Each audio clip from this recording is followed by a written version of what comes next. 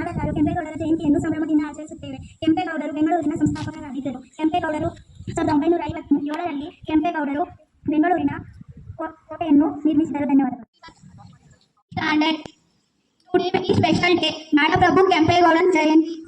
Other name Linga Mambe, the created lives and templars the for people. Kempegowda father name Kempe Nandegowda, kind rulers of protected his people. Kempegowda is a great man.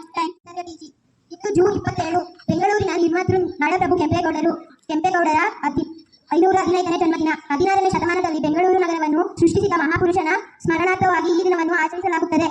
1510ರಲ್ಲಿ ಮೊದಲನೇ ಕೆಂಪೇಗೌಡರು ಹಲಹಂಕ ಎಂಬ ಸ್ಥಳದಲ್ಲಿ ಜನಿಸಿದರು. ಸುಮಾರು 56 ವರ್ಷಗಳ ಕಾಲ ಸುದೀರ್ಘ ಆಡಳಿತ ನಡೆಸಿದರು. I am 4th standard. Kempegowda was the founder of Bengaluru parent. 4ನೇ ತರಗತಿಯಲ್ಲಿ ಓದುತ್ತಿದ್ದೇನೆ. ಕೆಂಪೇಗೌಡರ ಬಗ್ಗೆ ತಿಳಿಸುತ್ತೇನೆ. ಇಂದು ಜೂನ್ 27 ಬೆಂಗಳೂರಿನ ನಿರ್ಮಾತೃ ನಾಡಪ್ರಭು ಕೆಂಪೇಗೌಡರ 515ನೇ ಜನ್ಮದಿನ. I am studying in 4th standard. Nadaprabhu Kempegowda. Kempegowda was the founder of Bengaluru. ಎಲ್ಲರಿಗೂ ಶುಭೋದಯ. 24 ಕೆಂಪೇಗೌಡರ ಜಯಂತಿಯನ್ನು ಸಂಭ್ರಮದಿಂದ ಆಚರಿಸುತ್ತೇವೆ.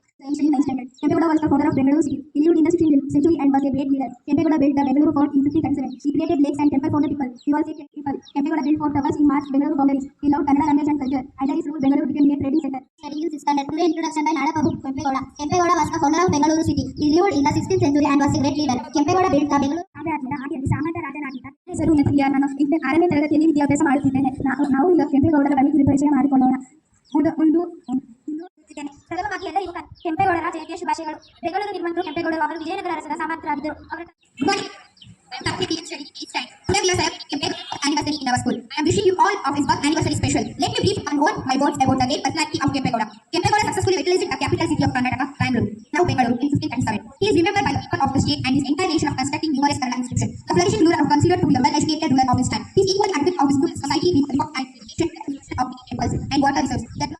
ಇವರನ್ನು ಸ್ಮರಿಸುವವರು ಅವರ ಅಭಿಮಾನಿಗಳು ಅವರೇ ನಮ್ಮ ಕೆಂಪೇಗೌಡರು. ಕೆಂಪೇಗೌಡ ಲಿಂಗಮಾಂಬೆ ಮತನಾದವರು ನಡೆದ ರೀತಿಯನ್ನು ಗಳಿಸಿದವರು. ಏನು ವಿಶೇಷ ಅಂತ ಎಲ್ಲರೂ ಹೇಳ್ತಿದ್ದಾರೆ.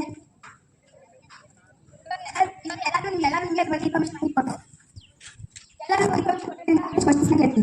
ಅವ್ರ ಅಪ್ಪ ಮತ್ತು ಸಮಾಜ ಬಂದಿರೋರು ಹೇಳಿದ್ರು. ಏನು ಅಂತ ಏನಾದ್ರು ಹೇಳ್ಬೋದಾ?